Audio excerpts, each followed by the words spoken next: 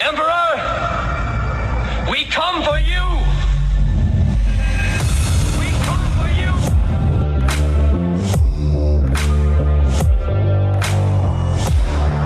Did IQs just drop sharply while I was away?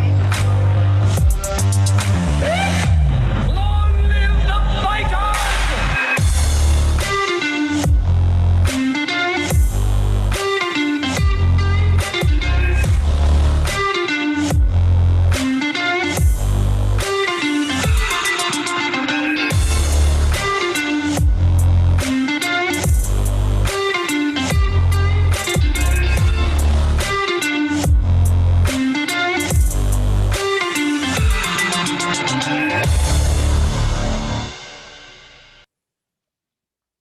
I love that so much. I do too. Makes me smile. Jamming out over here. And we are back for another. I really like doing this. I love it. I have a lot of fun doing this. I do too. I don't know if anybody else has a lot of fun listening to it, but I certainly I don't have a lot of care. fun recording it. I don't care. We said we were going to do this as long as it was fun for us. So hopefully it's fun for everybody else as we go along. But yeah. So we are season 5. Technically, it's episode 3 of season 5, but we are into the second half of our century total of episodes, number 51. Hot diggity dog. Number 51. This is going to be episode number 51. So yeah, that's how it is. Yeah. So here at the Fusion Underground, what we try to do is we try to make sense of the world by having principled discussions about such topics as entertainment, current events, politics, and culture. Our mission is to educate people to become critical thinkers so they can live more empowered and happier lives. As always, I'm your host, Manuel Ramirez, and I'm joined in the virtual studio by my co-host, Jason Moret. How are you, sir? I'm good. Living the dream? Happy to be here. Living the dream. Surviving the nightmare. So before we hit the record button, you were telling me how people were complaining. I had some complaints. Yes. And I had a couple of complaints too.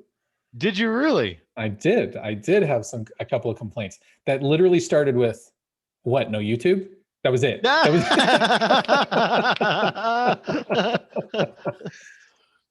So in all fairness, you and I have said from the get-go that we both have faces made for radio. So we didn't know how long the YouTube video release of all of this was going to continue. But and we finally said, all right, well, let's try it with just the audio version. And literally within 1 week, I had more people blowing my face off with what the heck? Where's my video of you two goofballs? Right. Here we thought we were doing people a favor.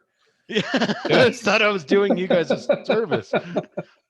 Sorry. But apparently people actually want to see us. You know what I think it is? I think it's the reactions that you and I give each other that I think really, well, you got to be honest. I mean, I wear my emotions on my sleeves for better or for worse, and they do translate in this face for better or worse too. So plus when you're showing goofy video and you get my reactions of, or whatever, that you don't get that on the radio. Yeah, well, fair enough. So we're going to look at we've had some ideas about YouTube. I have some concerns about YouTube. I'm going to come right out and say that. I do have some concerns about YouTube, but if people want to watch us on YouTube, well, people want to watch us on YouTube. So we're going to have to revisit that and see if we can get everything up on YouTube again so that, we don't piss anybody else off as worse than we normally do. So there you go. We'll figure it out. Hey, maybe we'd just be one more show canceled on YouTube. That might actually get us some more notoriety than anything else. Give it something to talk about, if nothing else, right? Right? Yeah. So, okay, so what are we going to talk about today? Well, we're gonna have some stupid news. I'm liking that little segment. So we've got some stupid news, particularly with regard to racism, because we live in an environment, in a culture now where everything is racist. We're going to talk about how we're going to review how carbohydrates are racist. We're going to talk a little bit about that. Yeah. Okay. We're also going to talk about some racist prayer. Okay. As in praying to God. As in talking to God. Yeah. So we're going to talk about being a racist during your actual discussions to God. Yes. We're going to bring that up on the show. Okay. And then we're going to talk about something that's well, not contentious. I really don't understand the word for it. Why don't you go ahead and explain it? You were just talking about it before we came on, before we started recording. How would you frame the topic for everybody? I want to talk about the benefits and shortfalls of disassociation in our professional and personal professions. Good way to sum that up. Yeah. So let's do that. Okay. All right. So we're going to get into so let's talk about racism for a second, particularly with how carbs are racist. I'm so intrigued. I can barely stand myself right now. Please tell me. You can barely stand yourself. Well, I'm actually my waistline is waiting on bated breath. I am actually going to display this for you because you need to take in the full beauty of this clip. I don't know where this was filmed or what this is for.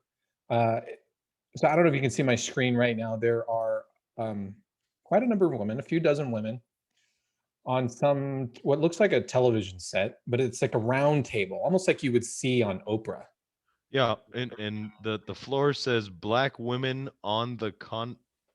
On the conversation. Okay. Own the conversation. I think that's what it says. Is that what it says? Yeah, own the conversation. So, well, I can't really do this justice. You just have to listen to it. Okay. So, yeah. I mean, the thing is, before I hit, you just have to. You just have to appreciate. You can't even hit play without. Because I had to see your face, so I had to turn the video panel back on before I hit the play. The play button is right in front of me. I can hit the play button. Okay. I need you to pay attention because I need you to drink in the full amazement that is this clip. So here you can't get access to good health care, good insurance. The research says that Black women, when we do the same diets as white women, we lose less weight and we lose it slower, even when we're following the diet, than our white women counterparts. And what public health practitioners think is that our stress responses in the body change our metabolism. It's literally that the racism that you're experiencing and the struggle to make ends meet actually means the diet don't work for you the same.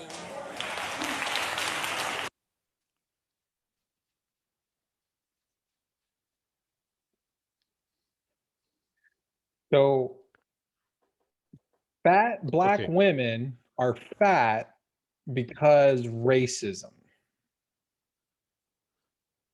You heard that, right? I did. Well, okay. What she was saying was that because of racism in the world, it causes more stress on Black women. Therefore, they cannot diet and lose weight the same as white women. Right, because of racism. Because racism increased. I don't know about you. But the only time I think about racism is when I watch stupid stuff like this. Yeah. Or when you and I talk about stupid stuff like this. And I can sure as heck tell you that my diet isn't thinking about whether or not it's dealing with racism at the same time. Now, this is going to sound really mean. Okay.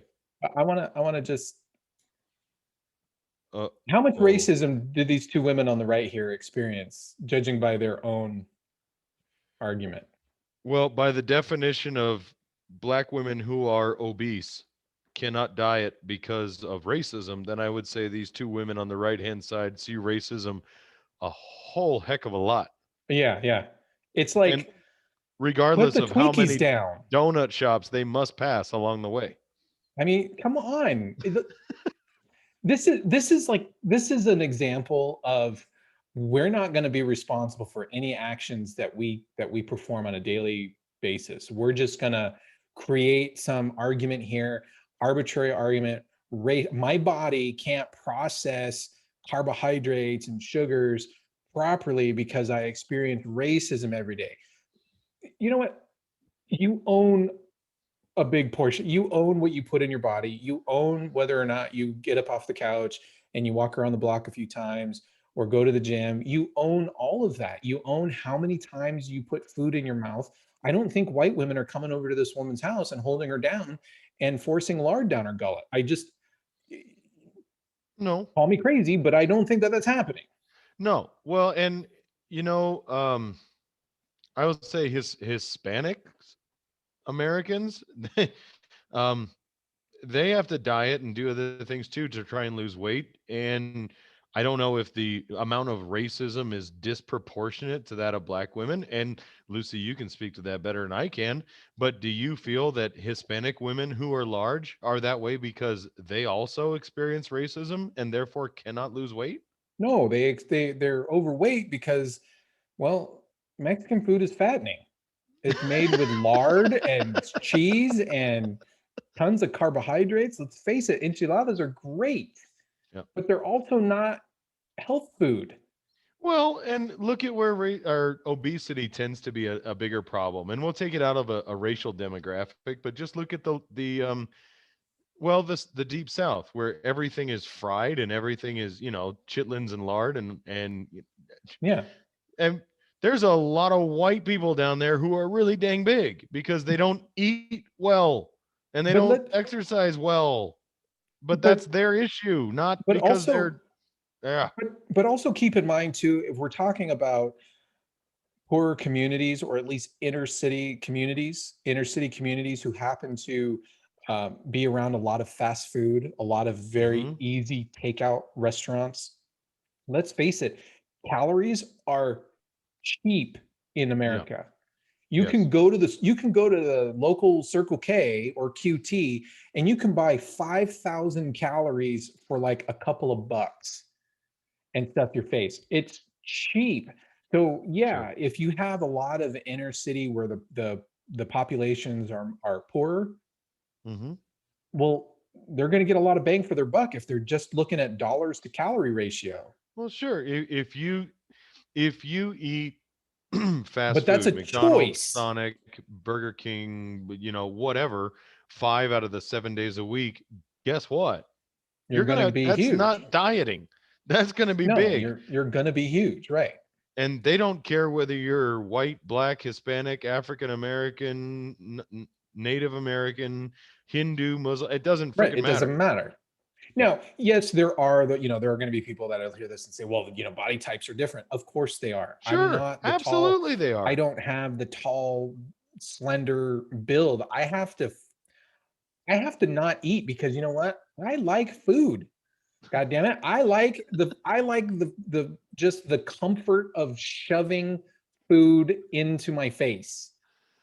There's something just nice about that. And you know what? I have one of those physiques and everything that if I just did that, I would be gigantimous. Yes, you would. I would be absolutely huge because I don't have that kind of metabolism. So I get that there are different body shapes. I get all that. But you know what? You still own your part of it. Absolutely. And I'm guilty of my own food pleasures. I don't eat breakfast well. I rarely ever eat lunch. So I eat dinner when I come home. That's my one meal. And then guess what? Right around 9 o'clock, I'm raiding the fridge. It's time for my snack time. And I will snack and eat. And I can cook a second dinner at 9:30. other people have seen me do it, and I can do that almost religiously every night. I'm lucky I'm not a house with that kind of eating habit, but I'm probably not going to be that guy either. I will get a gut, but I won't be huge from neck to ankles. I just know I won't. It's just not who I am. But so that doesn't mean that's that way because I'm white.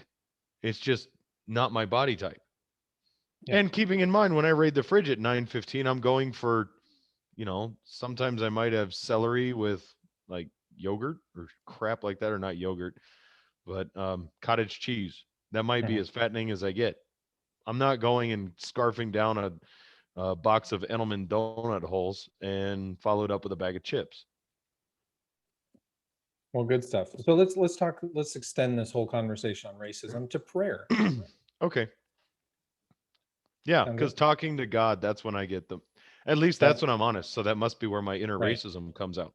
Right. So I did not take these pictures. I'm not going to show them on the screen just because, well, there's no reason to. But I found these pictures posted on social media today. Somebody was at Target, and I guess there's a book section in Target, and they found this book, the hardcover book, and it's called A Rhythm of Prayer, a collection of meditations for renewal, edited by Sarah Bessey. Okay. It seems totally normal. There's some dots on the front cover. It's like circular dots or whatever.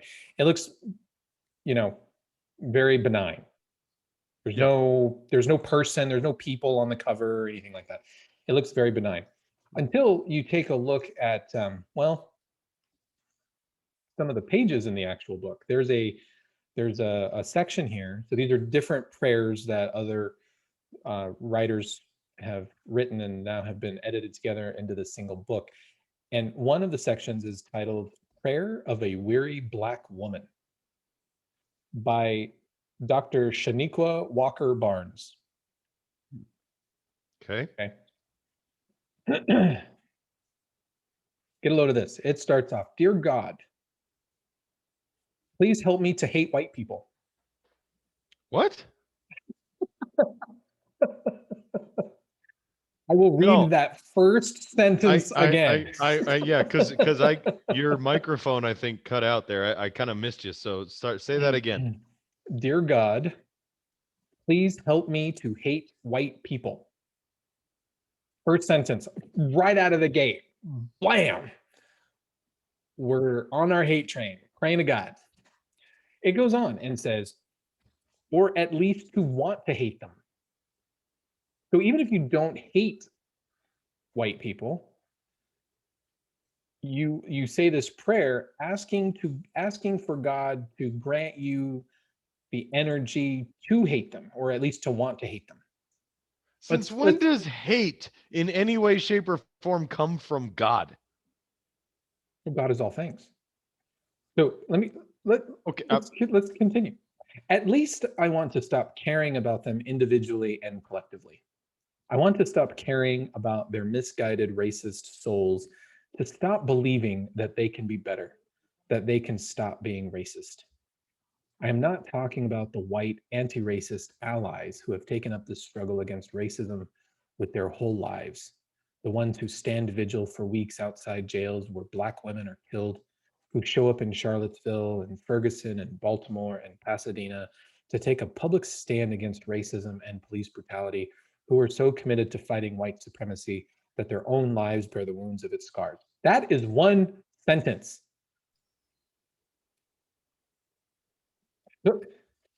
I have to share the screen for this. Look at this. This is the picture. You can see the book. Dear God, please help me to hate white people. Look at the second paragraph. This is one sentence. This paragraph, that's not a paragraph, that's one sentence. Yeah, it goes on. No, those aren't the people I want to hate. I'm not even talking about the ardent racists either, the strident segregationists who mow down nonviolent anti-racist protesters, who open fire on Black churchgoers, or who plot acts of racial terrorism hoping to start a race war. Those people are already in hell. Isn't that just amazing? That's awesome. That is just absolutely awesome. And I mean that in the true definition of the word, as something that inspires awe and wonder. And I'm in awe and I wonder what the hell. Listen to this part. The prayer goes on. My prayer is that you would help me to hate the other white people. You know, the nice ones. The Fox News loving, Trump supporting voters who don't see color, but who make thinly veiled racist comments about those people. The people who are happy to have me over for dinner, but alert the neighborhood watch anytime an unrecognized person of color passes their house. How do they know that happens? How do they know that happens? I don't understand how that happens. How would you be alerted? You go through a neighborhood and the neighborhood watch gets alerted. I don't know how she even talk about creating assumptions.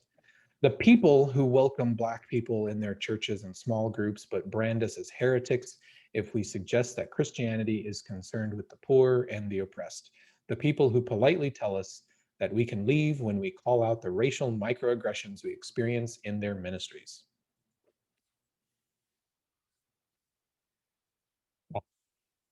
Or how about this little passage? Lord, if it be your will, harden my heart. Stop me from striving to see the best in people. Really?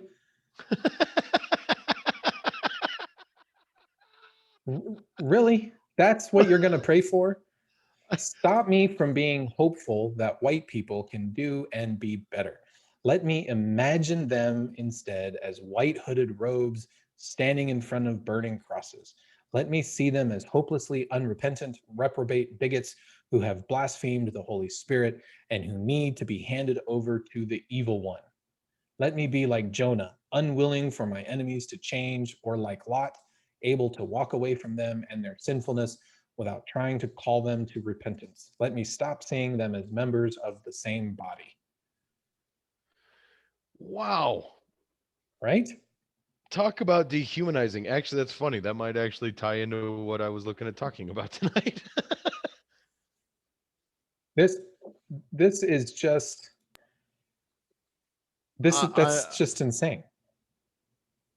I'm at an absolute loss.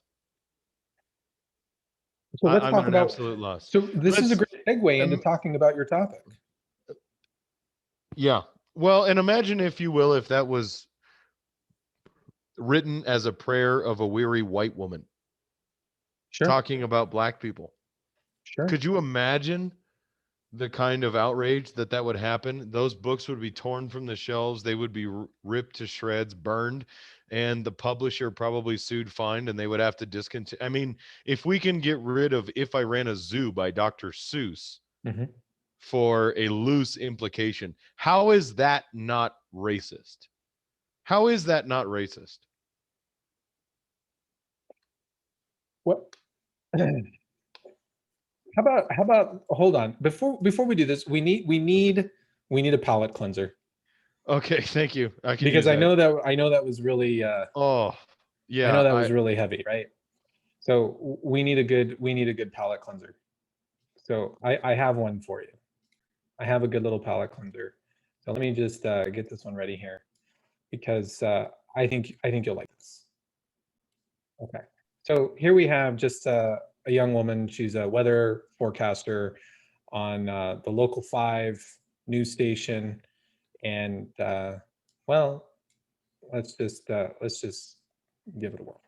I did make a mistake during our Catterday segment. I used a submitted photo of a cat with an inappropriate name. I don't want to use the name here, but I never intended to hurt or offend anyone by using that picture that was actually just given to me. I understand my mistake and I am deeply sorry. And in the future, I will absolutely be more diligent with this content to ensure it never happens again. 15 degrees below zero right now, so certainly this is kind of weather for the cats. So we've got our Saturday night forecast for you now, where we are featuring Hitler here, thanks to Debbie Alexander. And I think Hitler kind of looks like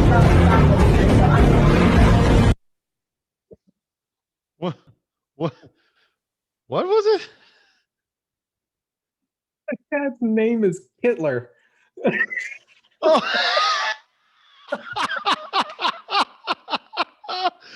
It looks like it's got a mustache.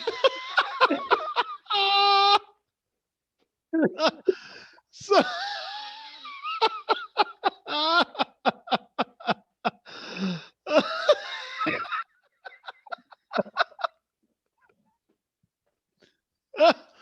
oh, that's awesome. Look at that cat. Now that you say it, I totally get it. Oh my God.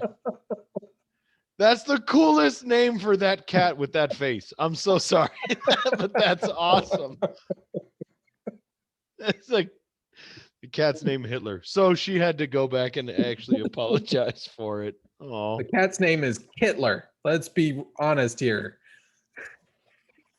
that cat's got a Hitler mustache. He's got a Hitler stash.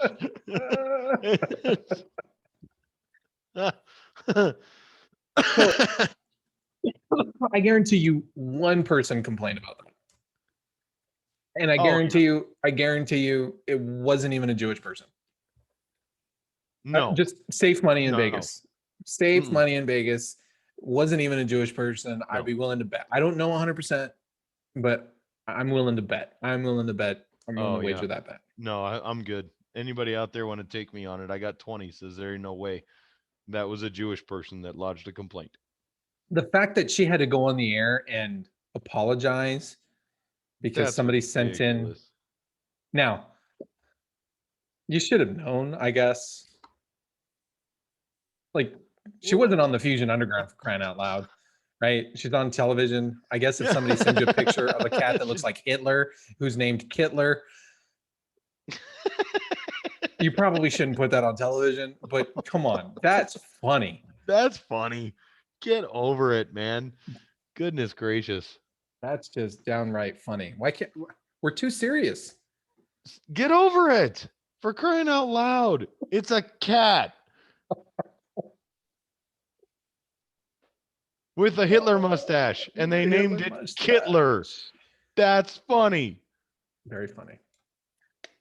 Yeah. All right. What about dehumanizing?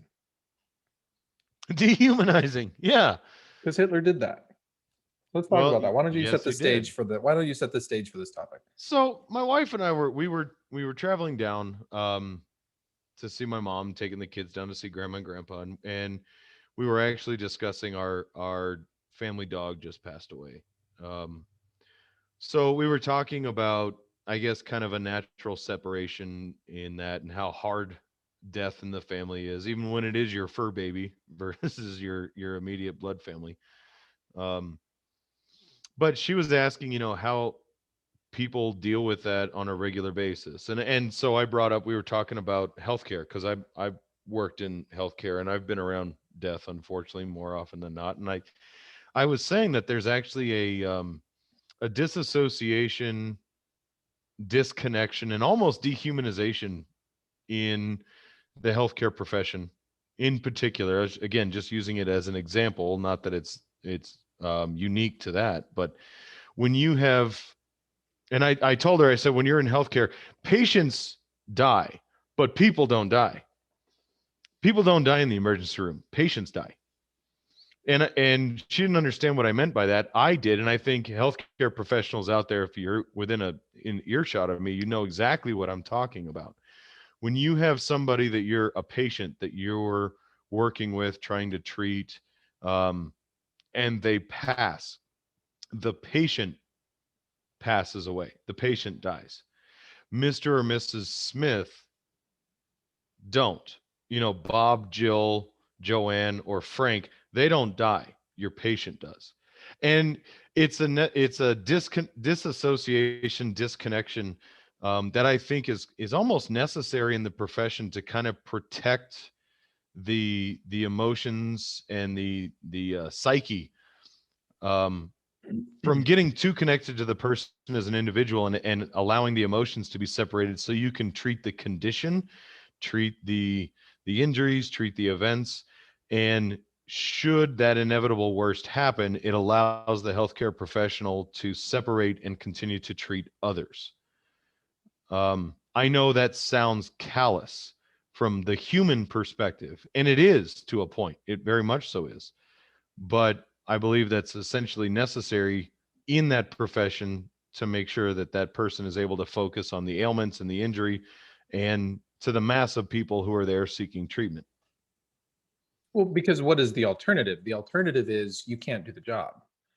Correct. If you were empathetic to the point where you see everybody not as patients, but you see them as an uncle, a father, a wife, a sister, a child, a daughter, a son, etc., that is a very difficult burden to bear psychologically and emotionally.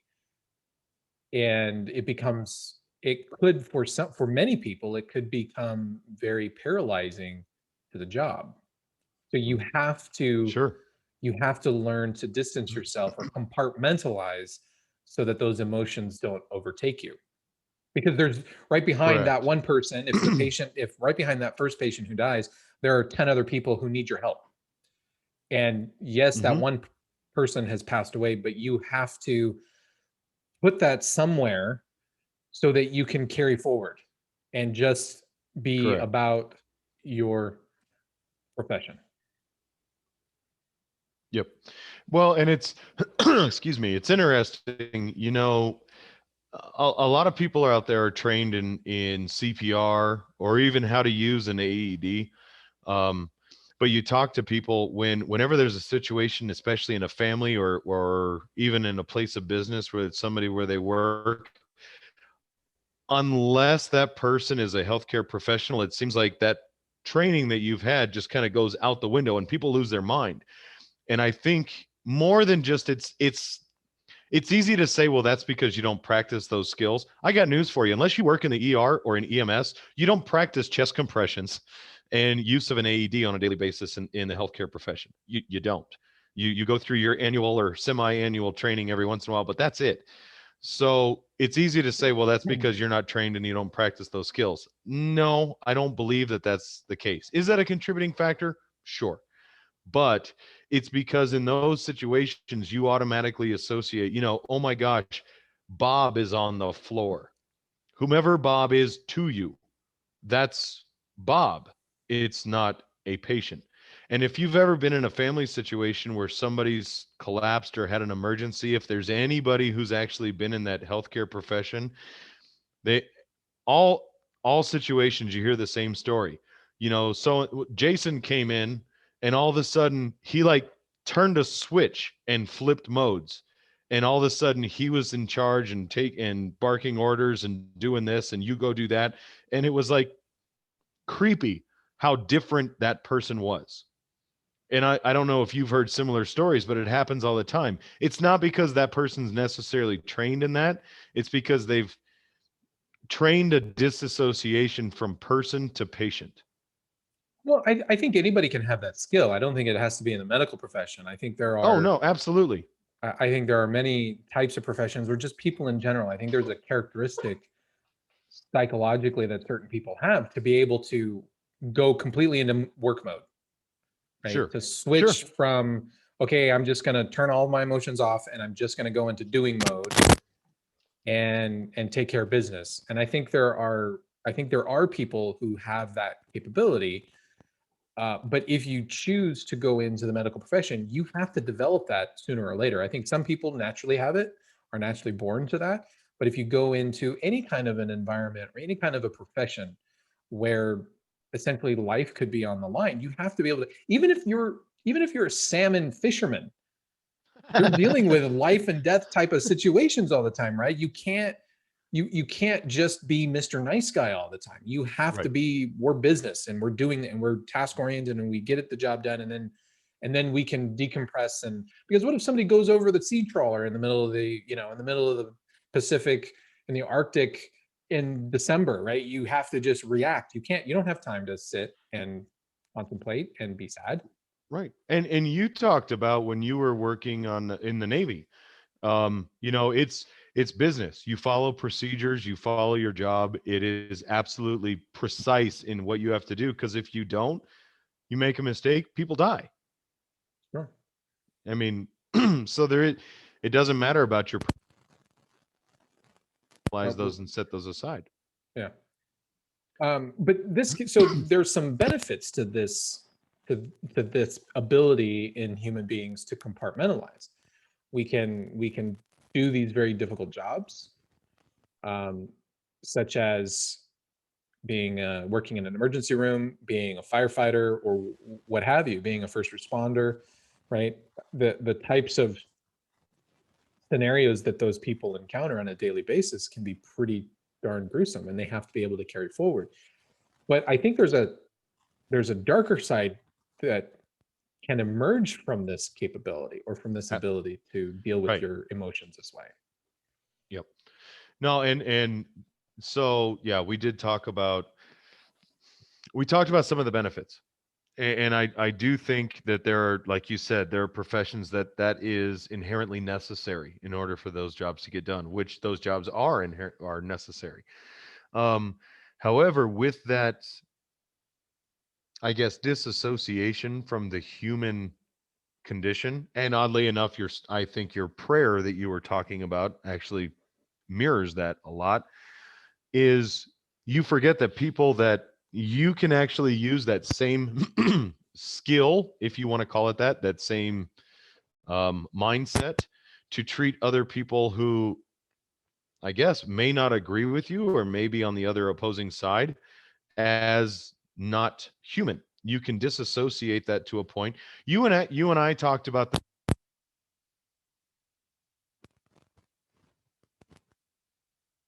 So, lost your mic. Yeah. We have technical difficulties. Jason's mic is inoperable. So, but we were talking about the ability to, how some of the negative things that can come about from being able to compartmentalize. Is your mic back? I don't know. Sort of. Okay. How about now? Yep. Now we can hear you just fine. Okay. So, we talked about where this is actually applicable to military and soldiers on the battlefield. We have human beings on opposing sides of the firing line. They are still human beings. Mm-hmm. And yet those soldiers have a very direct job to do. And if you're looking down the barrel of a gun, literally, at another human being, that's going to be very difficult to pull that trigger. And it's going to be very difficult to do what is absolutely necessary to protect further loss of life, or protect whatever. I mean, that's almost impossible. The job of a soldier is, it's almost impossible. The only way you can actually accomplish that is by disconnecting, disassociation, and dehumanizing the opposition. They're not human beings. They are the enemy. Mm-hmm. And they are less than human.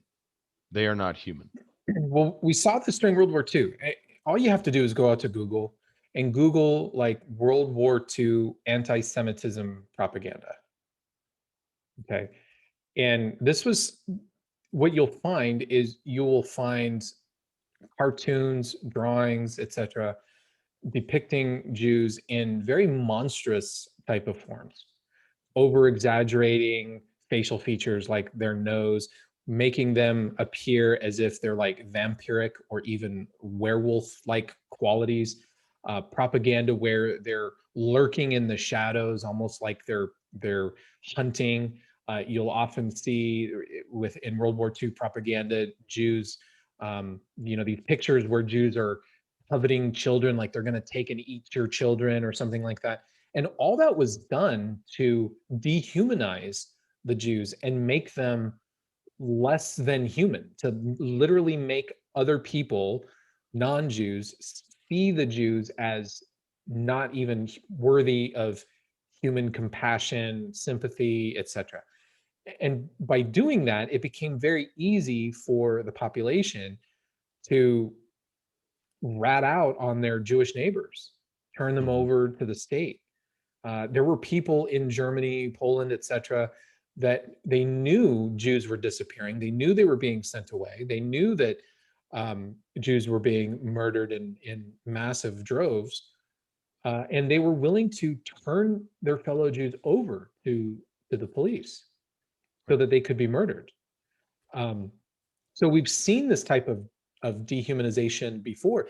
The Soviet Union did it after the Bolshevik Revolution. They did it in Ukraine and in various other places so that they could rally support around the communist cause. And what concerns me, I know it concerns you too, is we're seeing this present in our own culture here in the United States. I just read the passages about praying to God to give somebody strength to hate white people. And literally in the prayer to God, dehumanizing white people. And even not just the people who white people who are bigots, but the hidden nice people. Yeah. People that are literally the Trumpers and, the people that just literally have an opposing political viewpoint. Just because you and I happen to think that lower taxes is a good thing, we are now immediately put at odds against people who would buy that kind of a book and say those kinds of prayers. Right. And that is, quite honestly, it's frightening and it's disgraceful all at the same time. Right. Well, and what I went into a little bit further with my wife when we were discussing this exact same thing, we're seeing that dehumanization and disconnection from opposing ideologies here in this country right now. And it's not for the sake of splitting the human condition. It's simply weaponizing people against political and ideological enemies. I guess part of what upsets me the most about it is the absolute ignorance of the masses of people who are going along with a lot of the social push towards this separation that's happening in our country right now. This is not about being sympathetic or empathetic to a cause. When you hear the term sympathetic and empathetic, that makes us all feel like it's something we should feel guilty about opposing. I mean, we should want to be sympathetic. We should want to be empathetic to our fellow human beings. And yes, you should. However, be cognizant of the idea that this is not about being sympathetic or empathetic to those who have been mistreated, misused, underrepresented, or abused for years. This is about using people for their empathy and compassion to turn them into walking, talking, acting weapons against political and ideological enemies. You are not righteous because of your feeling of wanting to be empathetic toward your neighbor. You are being used and abused as a means and leverage against somebody else's ideological enemy. It's saddening to see the naivety of the masses of people who are going along with this, because it's not for an altruistic idea. You have people who are on the opposite ends of the political and ideological spectrum who are really not seeing each other as human beings anymore. There's no such thing as seeing human beings on opposing sides of the aisle. These are enemies, and enemies must be targeted. That's where cancel culture is absolutely a weapon. It's a weapon against your political and ideological enemy. It is the bullet that comes out of the gun. That's what will kill these people. You destroy their livelihood. That's weaponizing. And it's the people that go along with it and agree with it. You are the tools. Don't be a tool. Well, and the thing that most people need to realize is if you think that you wouldn't commit atrocities against your fellow man, you're sorely mistaken. Um, it takes a very, very strong individual to withstand a large wave that's coming at you of ideological hatred. So, and my guess is most people would not be able to weather that storm, because most people will think of their own family members and say, well, if I don't do this, then I'm going to be targeted and my family is going to be targeted. And so easier for me to kill somebody that everybody says is my enemy so that my family can survive. And if you don't think, if you think for a second that it's easy to stand up against that ideological hatred and say, well, I wouldn't succumb to that, you need to think long and hard about that, because that ability exists in all of us. And so the only way that you can truly combat that is you have to spend time thinking about it. What would you do in that situation? Would you be willing to sacrifice your own life so that you can at least remain true? But most people would not be willing to do that. Sure. It's a very difficult No, thing to say no. and I can absolutely empathize with that. I really can. Um, and you're right, it's tough. the the argument that I make, and I have made before, is if you're not willing to stand now against it, don't think that that is going to be any easier later, because this only gets worse. The more ground we give, the bigger occupation it has. Well, this is why I think this lends into or leads into why I think the culture is so important. Okay. Mhm. There are far too many people who share much of the same political beliefs and values and principles that you and I have. Okay. Um, and they're sitting out there, they're minding their own business, they're going about their daily lives. And somewhere out there in the interwebs, somebody comes up with this idea, hey, well, we should ban Dr. Seuss books. And most people, they find it absurd.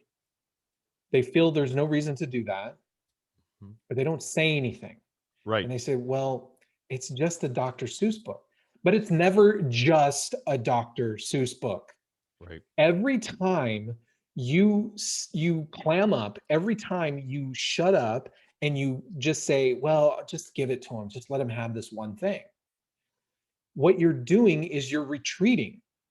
And every time you retreat, you just embolden the other side to look for and take more territory. Right. And they're just going to take another step, and they're going to take another step, and they're going to take another step. And if you start losing that culture, and for all intents and purposes, I think we've already lost it. If you lose that culture, you lose the political arguments. You wind up losing the policy arguments, because that side now has grown so massive that you do not have an argument against them. That's why it is so vitally important. It doesn't matter if it seems so insignificant and small. If you can't stand up for the small things, why the hell does anybody think you're going to stand up for the big things? Yeah. Well, the and big things are hard. The little things are easy. Idea, though. That's the argument we always hear. And I'm not Right. talking from anyone that's opposing, let's just say, our political ideological viewpoint. I'm talking to people that actually align with the same things that you and I do. That's what I keep hearing. You know what? That doesn't really affect me much. That's not a big deal. When it comes down to when it's the big stuff that really matters, then we're going to have a problem. And I've said it over and over again to people I love dearly. No, you're absolutely wrong. If you're not going to stand up for Dr. Seuss and the little things that don't matter, by the time it gets to your front doorstep and it's stuff that really, really does matter to you, that will have snowballed to a point that it is absolutely impossible to stop. And it will steamroll you. You can't stand up against it. You'll be crushed underneath it. Right. Because the small little secret to society is any group naturally progresses towards chaos and towards corruption. You take small little steps towards that all the time. And so every time anytime this opposition says we're going to go after tradition, we're going to go after these traditional things that have been around for a while, we're going to erode those little traditional things. Why? Because it's just a couple of, it's Dr. Seuss, but it's not all Dr. Seuss books. It's just a couple. Right. That's it. That's all we're talking about. Yes, but every time you give up the couple of little things, they're just going to take more. And you say, well, when did that ever happen? It happened the very next week with Pepe Le Pew. Yeah. It happened the very next week. Days later, they switched and said, well, now we have to go after Pepe Le Pew. After just going after, and it worked. Guess what? The new Space Jam movie came out.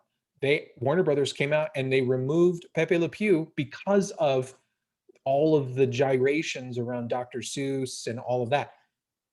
But yet they put in the picture, they actually put in the background, I saw a clip of it today, out of the new Space Jam movie. You know, they removed Pepe Le Pew. Why? Because he was problematic. He represents rape culture.